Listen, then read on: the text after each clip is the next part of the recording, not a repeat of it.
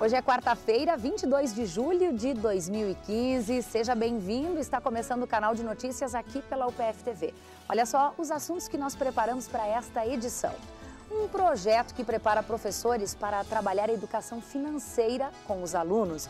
Você vai saber também como está sendo organizada a consulta popular que vai eleger as prioridades para o orçamento do Estado de 2016. Quem vai falar sobre este assunto conosco é a coordenadora do Cored Produção. Nós vamos falar também sobre um espaço que funciona como uma ferramenta de aprendizado sobre os cuidados com o meio ambiente. É a Sala Futura, que está aí disponível para as escolas de Passo Fundo e região. E ainda na edição de hoje a gente mostra o trabalho de uma artesã que reaproveita retalhos em MDF e em garrafas PET. Continue conosco porque aqui você já viu, né? Encontra mais conteúdo.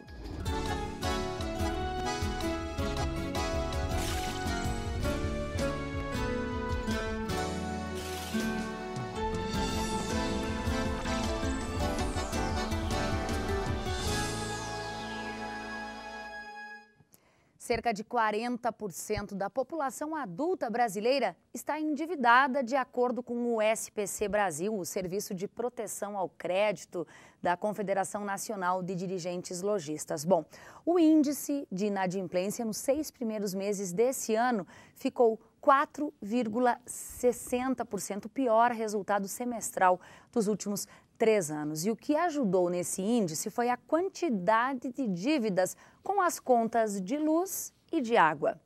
Bom, saber lidar com o dinheiro é indispensável para evitar que o seu nome vá para a lista de inadimplentes. E isso pode começar bem cedo, talvez mais cedo do que você imagine, ainda na escola.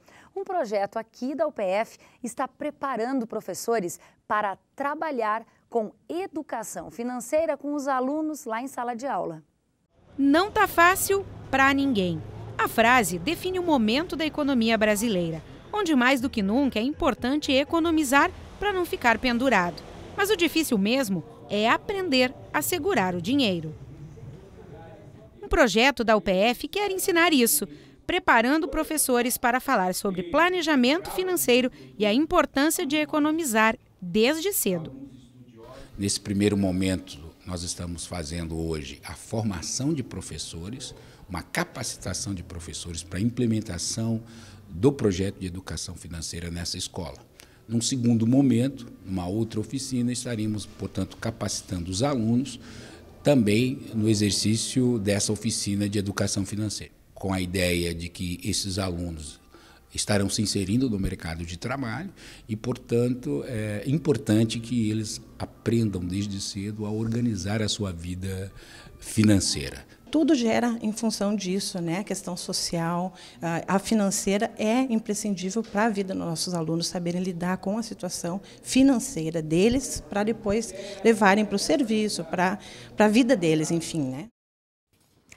O resultado do exame realizado pelo LACEN, o Laboratório Central do Estado, confirmou que a bactéria que causou a meningite e que levou uma criança de 8 anos à morte em Passo Fundo no último sábado foi a pneumococo. A bactéria tem baixo poder de contágio, que reduz a possibilidade de ocorrência de novos casos da doença no município. O resultado foi divulgado ontem à tarde. Bom, o Cored Produção realizou ontem a primeira audiência pública para organizar a consulta popular. A consulta deste ano tem novidades. Tem prioridades, inclusive eleitas. Entre elas estão as áreas da educação e também saúde. Bom, para falar um pouquinho mais, nós convidamos a coordenadora do Cored Produção, Munira Awad, nossa colega aqui na universidade. Sempre muito bem-vinda, Munira. Obrigada por aceitar o nosso convite. Nós que agradecemos. Bom, antes da gente falar dos resultados da reunião de ontem, para quem ainda não conhece esse processo, Munira, rapidamente, o papel da consulta popular. O papel da consulta, Thaís, é um papel de levar a população que ela possa decidir o que melhor, né, pode ser demandado a partir das áreas prioritárias para o seu município e para a sua região. Esse é o sentido de uma consulta que vai acontecer em breve, mas que prevê os gastos do orçamento do Estado para o ano que vem. Os valores do Estado nesse ano são valores que estão absolutamente aquém dos valores que normalmente a consulta popular tem ao longo dos 25 anos de consulta no Estado do Rio Grande do Sul. Mas o importante é de que o Fórum dos Coredes, no dia 9 de julho, entendeu que nós não poderíamos deixar de executar essa consulta para não sofrer descontinuidade no processo. É importante que, para o desenvolvimento regional, que as comunidades possam ir até as assembleias municipais que nós vamos iniciar a partir do dia 24. Olha bem, nós sempre, no decorrer dos anos, a gente sempre fez a consulta num espaço de 4 meses. Nós vamos fazer a consulta em tempo absolutamente recorde esse ano, que será, nós vamos ter 15 dias, porque no dia 19 de agosto, a votação por meio eletrônico, pela internet ou por cédula vai ocorrer em todo o estado do Rio Grande do Sul. E é importante que a população se conscientize do papel que ela tem em votar e contribuir nesta eleição. Nós temos chamado a atenção, e isso é um movimento que a gente tem feito da Funcional 9 junto ao Fórum dos Coredes. Na verdade, o processo da consulta popular ele é importante, é fundamental, mas ele precisa sofrer algumas alterações.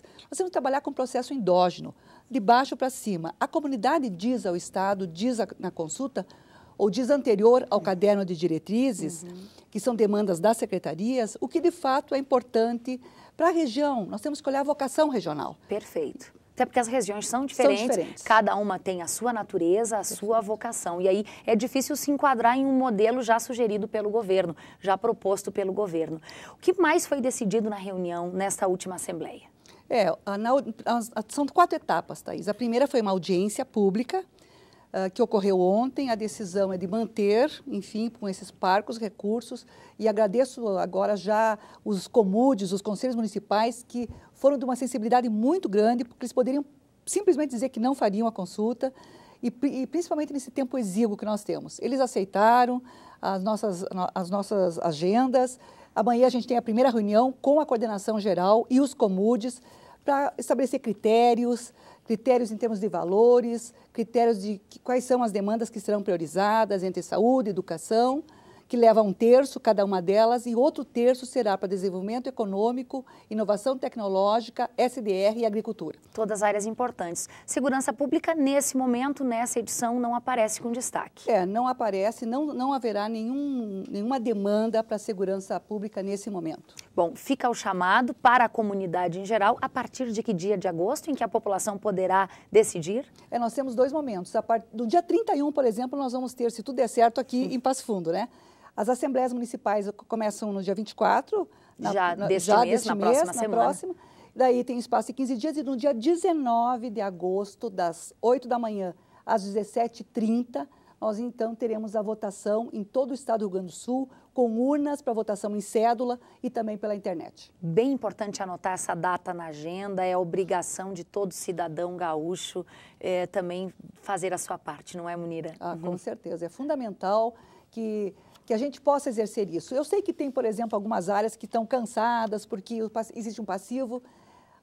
O importante é que a gente comece a mostrar do que a gente quer mesmo, o que a gente deseja. E não é nós negando, é nós indo às urnas, votando e fazendo em massa isso. Perfeito. Munira, muito obrigada e sucesso. Obrigada. Obrigada.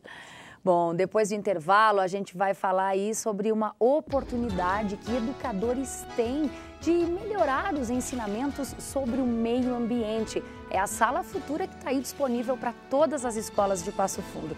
E ainda a gente vai mostrar o trabalho de uma artesã e ela reaproveita pedaços, retalhos de MDF e de garrafas PET. Nós já voltamos.